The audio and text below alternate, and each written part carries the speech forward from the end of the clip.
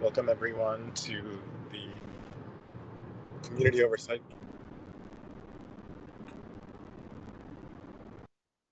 The 5th, 3 p.m.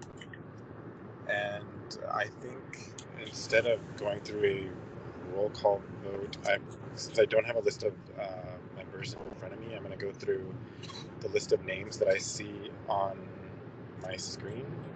So I have Ms. Ross. Present. Mr. Goddard. Present. Mr.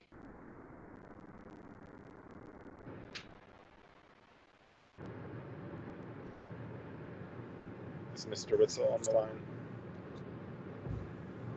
Present. Thank you. And Mr. Hughes. Present.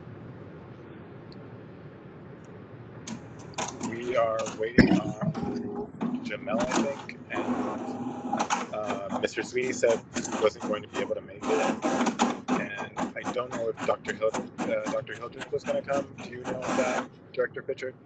Yeah, Ms. Hildreth is coming. Ms. Hildreth is coming, and so is Jamel. I think that they were just having some issues logging in.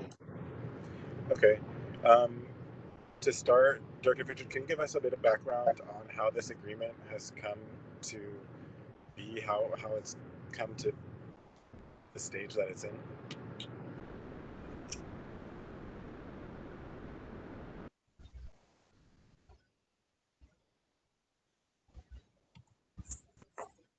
Actually, Chair Martinez, if you don't mind, can I do the electronic meeting statement and then we can pick up? Got it. Let's do the electronic meeting statement. Sorry about that, Todd. Well, that's perfectly fine. Under Executive Order 16, Governor Lee suspended the in-person quorum requirements for meetings. That has since been extended through Executive Orders 34, 51, and now 60, which is currently set to expire on October 28th. So if we could just get a motion and a second stating that we are meeting today to conduct essential business to protect the safety and welfare of Tennesseans.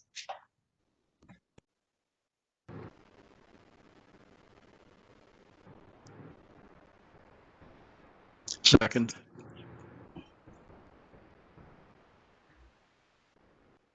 So we'll go through. Did I hear? I only heard the second. So,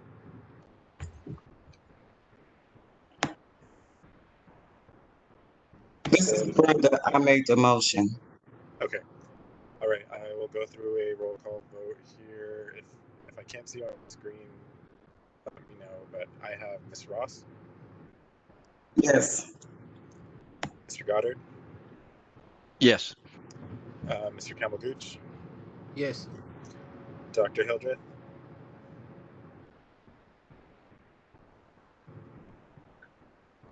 She's experiencing some computer issues. Okay. Mr. Hughes. Yes. Mr. Witzel. Yes.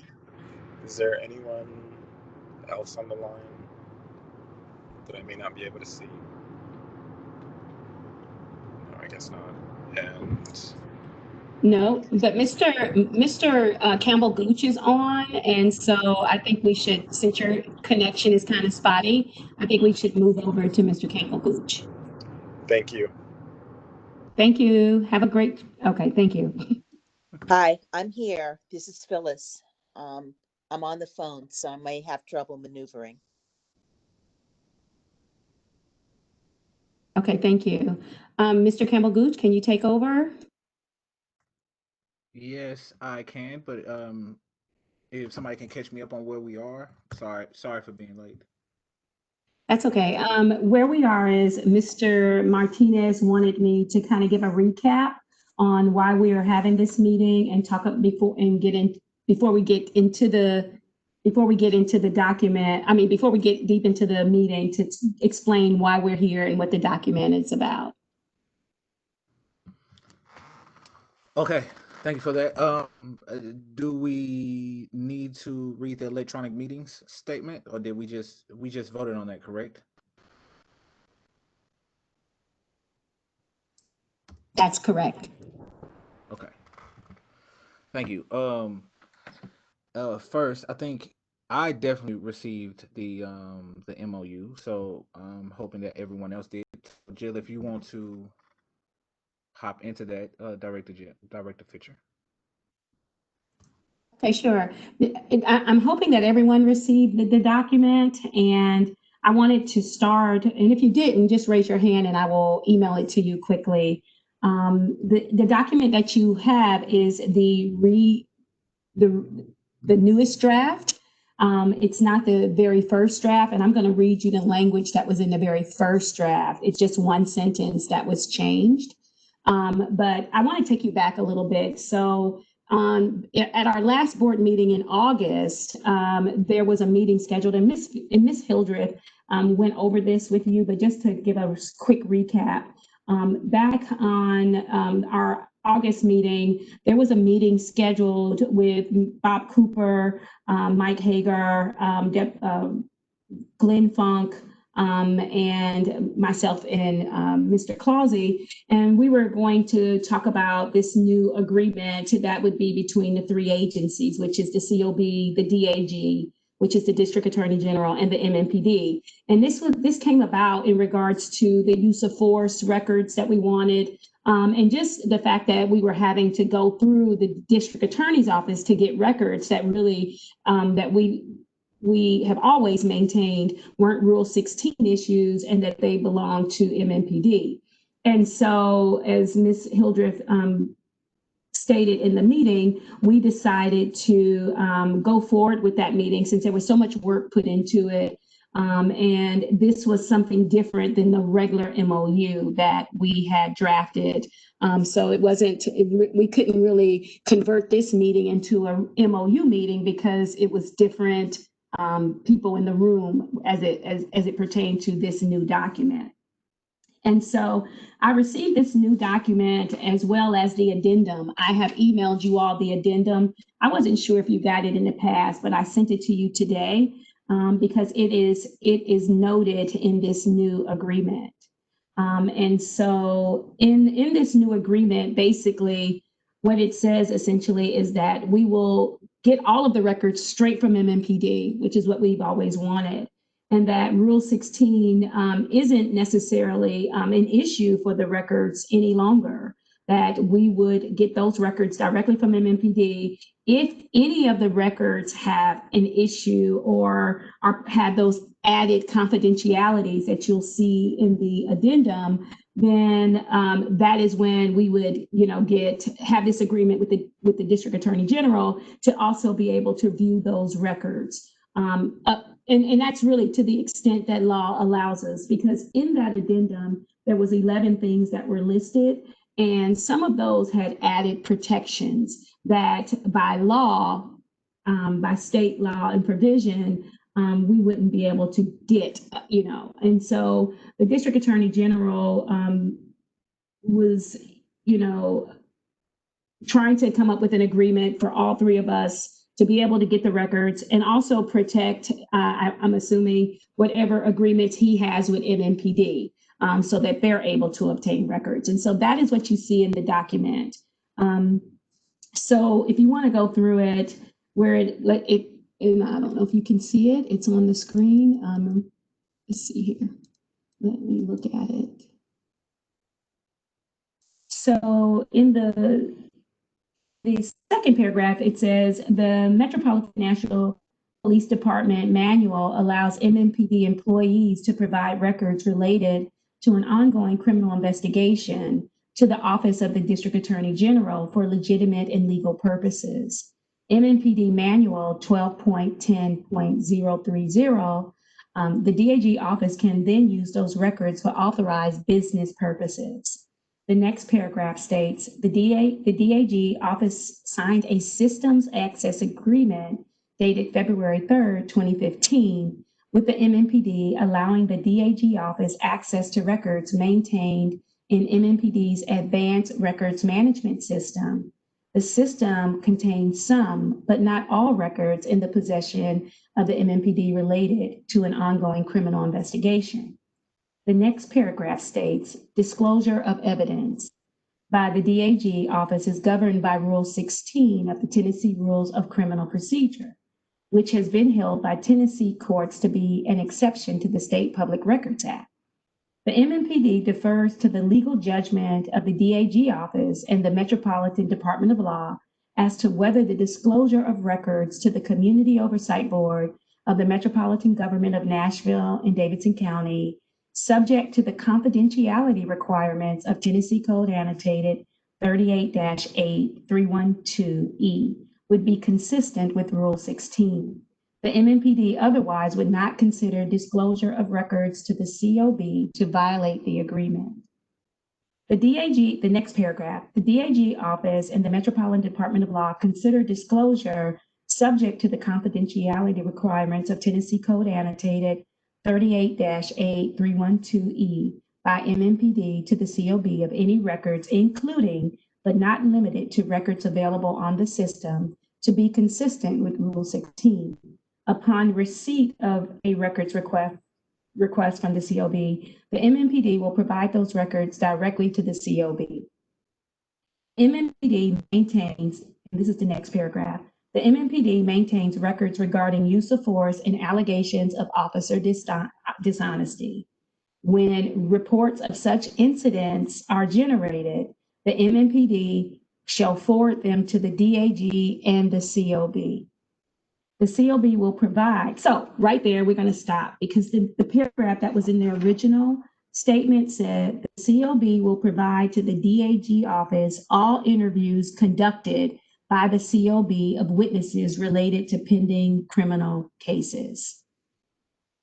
And I'm going to read the next paragraph, and then I'm going to go back to that. The next paragraph says, notwithstanding any other provision of this memorandum of understanding, documents containing information identified in Exhibit A to this memorandum or information subject to other confidentiality restrictions brought to the attention of the MMPD shall not be disclosed to the COB pursuant to this memorandum unless such information is redacted or the COB is granted access by appropriate authority. Exhibit A shall be revised in the event of the identification of other confidentiality restrictions. So when we got the first draft, which was on 9/14/20, and we went through it, I was concerned about the language where it said the COB will provide to the DAG office all interviews conducted by the COD of witnesses related to pending criminal cases. And so we had a lot of dialogue back and forth about that because the District Attorney General has, according to the rules that they have to adhere to under the rules of criminal procedure, they have to release any recordings or any knowledge of interviews to the defense, to the defense. And so it became a big discussion regarding Brady. They talked to the attorney, I'm sorry, and Todd can jump in a little bit more and talk about who they spoke with, and they got an opinion from the Attorney General's office. And so I thought it was just a big problem. And so what we did was I talked to General Funk, came up with some new language, and that's the language that's being presented to you today. And that language reads, the COB will provide to the DAG office a narrative summary in the recorded interviews where there is a related open criminal case prosecution on or after the 61st day of the COB's investigation. The COB will notify the DAG office as soon as possible if the COB needs additional time to provide these records. And so we negotiated, and that was the language that we came up with regarding our cases. Since we have a 60-day timeline on our records, I thought it would make more sense that we complete our investigation, and then whatever information they request, that they could, at that point, request that information just as if it was a public records request. And so I'm going to stop there and let you ask any questions before I move on, and then I might let Mr. Pinkley ask if you have some legal questions.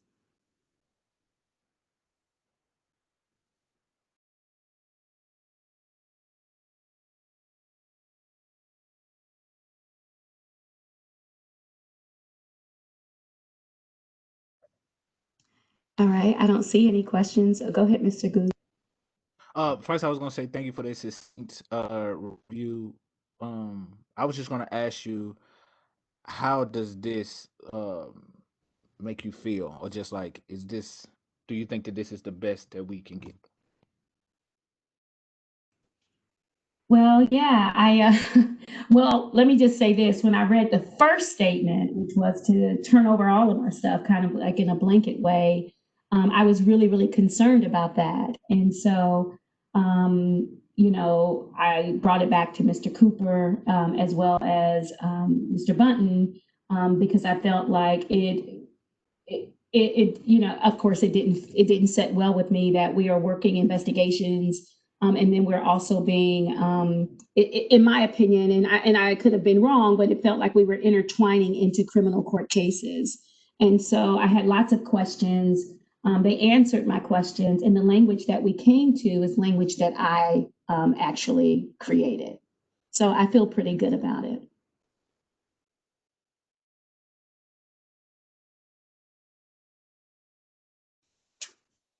And I did want to touch a little bit on the addendum, because the addendum has a list of, before I get into the addendum, let me just say that what this actually means is that we would get all of our records through MMPD.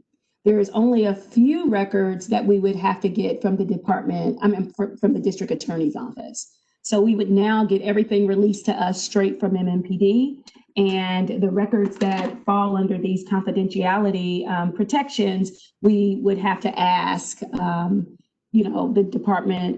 district attorney general's office to take a look at these cases to determine if we could get that information from them.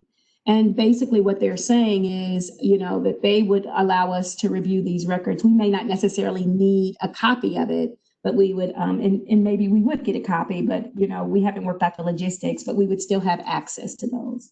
Now I'm going to move into the addendum. And in the addendum, there is, like I said, 11 things. I'm going to read the addendum because I'm going to read the ones that have the added protections.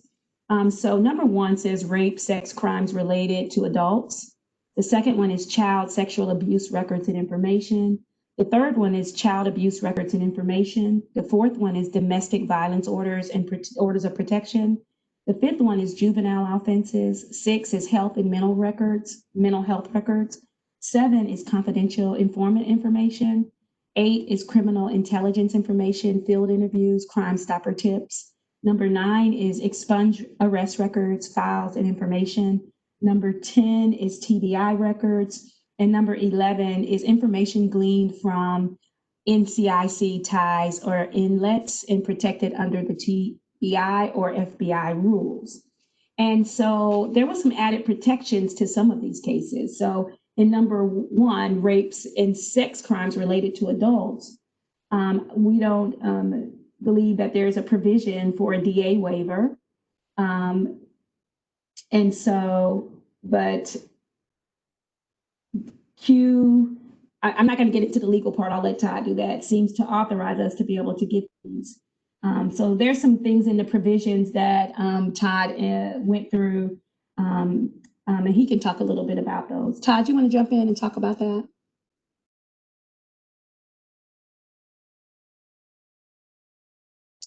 Sure. So with some of these, there's kind of a list of things that we can probably get, and then there's kind of a list of things that we'll likely never get. And for some of these, especially the ones that involve children, those are going to likely fall into the category of things that we'll never get. As far as the first one goes, Director Fitcher kind of hit on it already.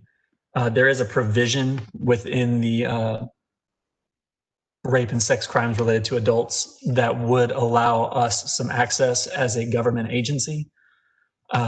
It's in subsection, I believe it's 5. It says something to the effect of that access isn't limited to law enforcement, courts, or other governmental agencies performing official functions. So I feel that Q5 would most likely cover us and allow us to have access to the records.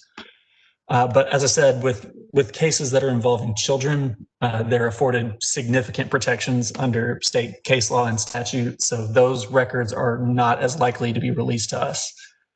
And then some of the other ones that were listed in these 11, I don't know how frequently they would come up in our particular cases. But for something like the health and mental health records, I think that one would be solved by getting a waiver from the complainant, something that simple. And then for TBI records specifically, that'll come down to what ends up in our TBI MOU.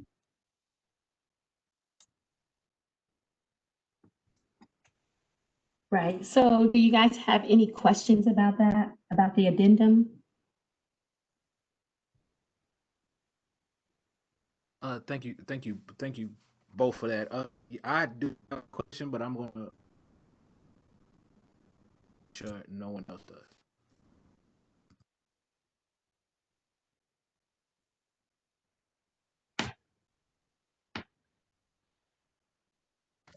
So it seems like that we are good with where this is, and it also seems like coming next. Mr. Pinkley and Director Fisher both spoke on that. So what would happen after this? What would need to happen to make sure that we are as strong as possible on access to records? So what I sent you,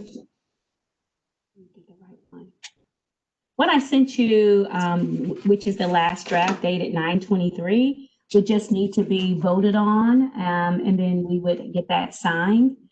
Today I received an email from the people that were listed on there. So Glenn approved the language. Mike Hager, he also said that this didn't really have this particular agreement. It wasn't basically agreement between the District Attorney General's office and the COB. And so he is almost certain that Chief Drake will sign it. And so those are the two main stakeholders in here besides us. And so it just needs to be approved, and then we can move on. I did want to talk a little bit before we even got to that part, is the use of force records. There was this big thing with the use of force records that we asked, and all of the records went to the District Attorney's office. But I did want to say that the police department, after we requested them, we had that meeting last month, or it was sometime early in the month, they did release all the use of force records to the District Attorney's office. The District Attorney's office in turn had to review all of the records. And so it took a long time for them to do that. And hopefully this will speed up the process so that it wouldn't take like 3 weeks to get that information like it did before. It may have even been a little longer. I can't even remember. But I asked Dr. Villier to be here to talk about the records that he received and talk about the redactions and what that looked like, so that we're all aware of what took place with those use of force records, and then how it kind of, how this particular agreement can, kind of speed up the process moving forward. So, Dr. Villier? Thanks. So the records that we did receive, the information that was redacted tended to be addresses of suspects, victims, witnesses, as well as some phone numbers, birth dates of witnesses, victims, suspects. So at least for the purposes that we're using these records for, which is to look at the investigative process and the report writing itself, as well as how uses of force are investigated and reviewed, that doesn't cause any problems with our ability to know what's in the reports or the report narratives. And the redactions are really just focused on that personally identifying information that could allow somebody to track down a witness, suspect, or victim. And the categories that are on that list are the ones that we were not able to get. And so in the process of reviewing the requests that we put in, the district attorney's office came up against, I think, many of those categories, and worked with the different stakeholders in order to put together a list of the categories that require extra protections. But what we were able to receive has almost all of the information in them, and is very moderate in the redactions.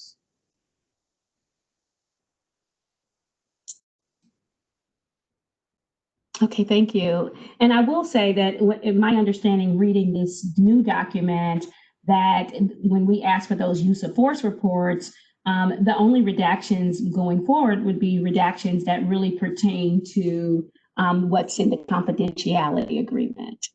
So that addendum. So for instance, if it's a use of force for a theft of property, and not pertaining to any of the issues that are like rape or sex crimes or child sexual abuse and those types of things, then that information would not be redacted. I hope I answered your question. Yeah, yes, you answered. Yes, you answered mine. Thank you all for that robust, succinct detailing of the MOU here. I'm want to hold space again. Are there any board members with any questions or thoughts or concerns?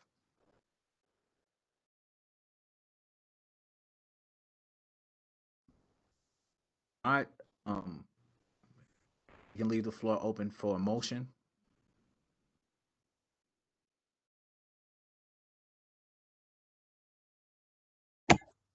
I make a motion that we accept this addendum and for the MOU. Thank you for that, member Ross. Does any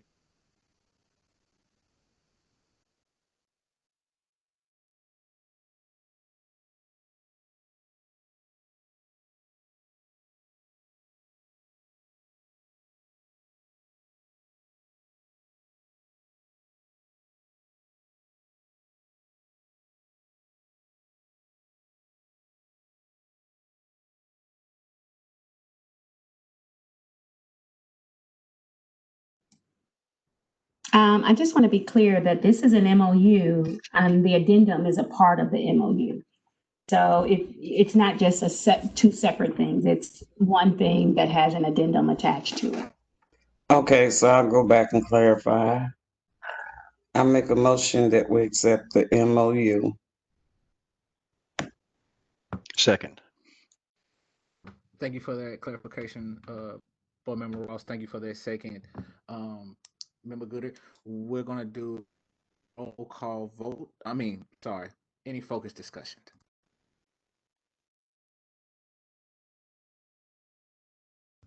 Okay, so we're gonna do a roll call vote. Member Ross? Aye. Thank you. Member Goodard? Aye. Thank you. Member Hildreth? Aye. Thank you. Member Witzel? Aye. Thank you. Member? Aye. And I vote aye as well. Motion passes. Great, thank you. And then I just have one other thing. It's not on the agenda, but we also have been in talks with TDI for their MOU. And so we're going to get that scheduled. They have a copy of the MOU agreement. And so we're just waiting for them to vet it and set up a time for us to have a conversation about it. Thank you for that. And then after that conversation, that would come back in front of the Rules Committee, correct? Yes, sir. Okay. I can't see the agenda, but I feel like that's the only thing on the agenda. Besides news, yes, that's the only thing. And then New business or announcements? Chair Thank Campbell you. Gooch, I apologize for not raising my hand electronically, but I'm on the phone and I can't figure out the controls. May I just make a quick statement about this process into the record?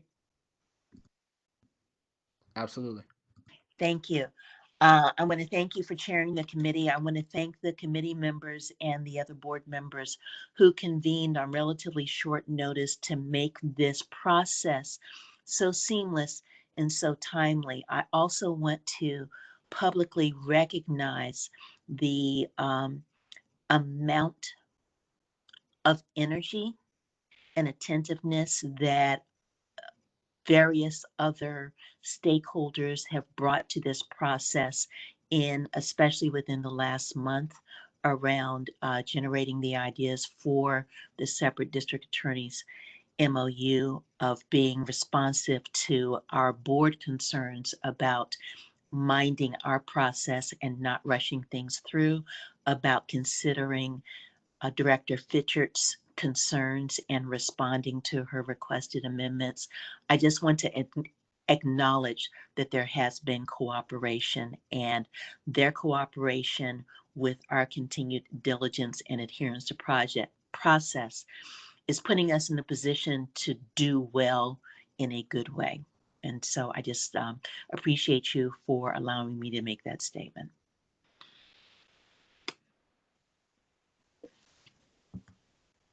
Thank you for that statement. Brenda, Member Ross, you have your hand raised. Yes, and I appreciate you, Ms. Hilbert, for all your negotiations and working so hard on the MOU. Thank you very much. Thank you. Absolutely. It took the entire family to get over this.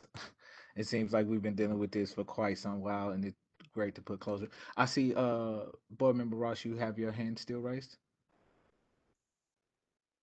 Okay, I see your hand went down. Are there any other announcements? Yes, I have one. We have an MOU, the MOU between MMPD and COB scheduled for this Tuesday, which is September the 29th at, I want to say 3 p.m. And so hopefully that will go well. I feel really confident that it will. And as Board Member Hildreth noted in our meeting a few days ago, that we seem to have a whole lot more cooperation, and as well as we made significant changes to the MOU, and so I am really interested in seeing what their response is. So we'll keep you guys posted on that as well. Great. And with that being said, are there any other announcements? If not, I'll take a motion.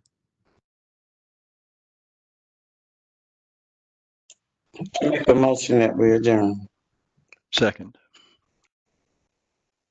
Thank you for that, Member Ross. Thank you for that second, Member Goodard. Any focused discussion?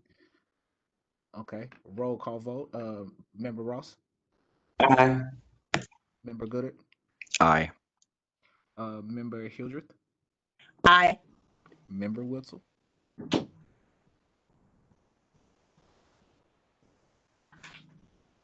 Member Hughes. Aye. Member Witzel, if you can try that one more again. I didn't hear you. I'm not sure if others did. Aye. Gotcha. Heard. With that, the motion carries. Everyone have a great weekend. Thank you. Thank you all for coming. I'll Thank take you. that. Being here. Bye. Have a good weekend.